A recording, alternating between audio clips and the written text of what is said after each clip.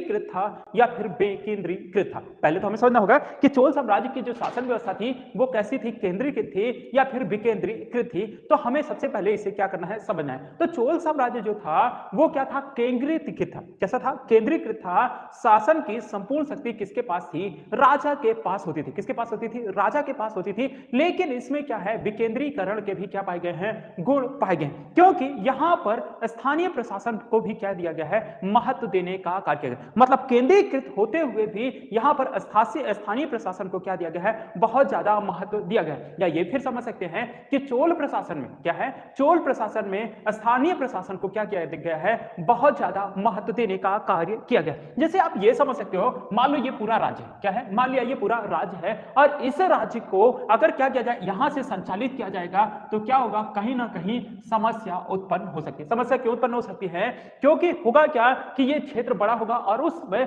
संचार का जो साधन है वो क्या होगा, ना के बराबर है। और संचार जो हो रहा है वो काफी लंबे समय तक क्या हो रहा है, अंतिम छोर तक पहुंच नहीं पा रहा होता है।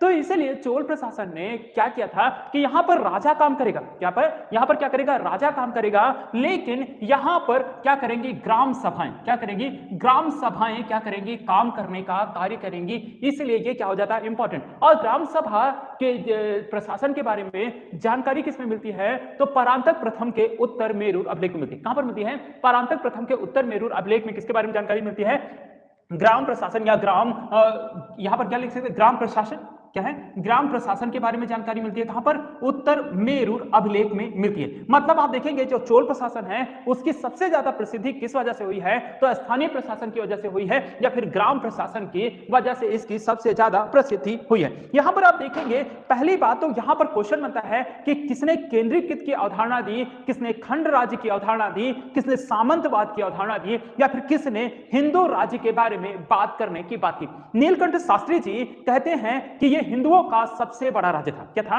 हिंदुओं का सबसे बड़ा राज्य था। जबकि साउथ हॉल क्या है, एक इतिहासकार है जिनका नाम क्या है, साउथ हॉल है, और दूसरा कौन है, बर्टन स्टाइन। ये क्या यूरोपीय इतिहासकार है। तो बर्टन स्टाइन और साउथ हॉल ने बताया कि यहां पर खंड राज्य की अवधारणा है। खंड राज्य की अवधारणा की बात की जाए तो ये क्वेश्चन नेट 2004 पेपर आप लोग पलटोगे तो सब दिख जाएगा। नेट 2004 के सेकंड पेपर में ये क्वेश्चन पूछा गया था कि खंड राज्य के सिद्धांत का प्रतिपादन किसने किया था। और उसमें आप देखेंगे दोनों ऑप्शन दिया है, साउथ हॉल क्या है, साउथ हॉल और कौन, बर्टन स्टाइन, दोनों क्या किया गया है, आपको इस ऑप्शन में देने का कार्य किया गया है। तो वहां पर जो आंसर बनाया गया था, मुझे नहीं पता कि उसमें क्या लगाया गया होगा, लेकिन जो आंसर बनाया गया था उसमें दिखाया गया है पब्लिकेशनों में बर्टन स्टाइन को क्या किया गया है, मानने का कार्य किया गया है। तो बर्टन स्टाइन और साउथ हॉल क्या है, साउथ हॉल दोनों ने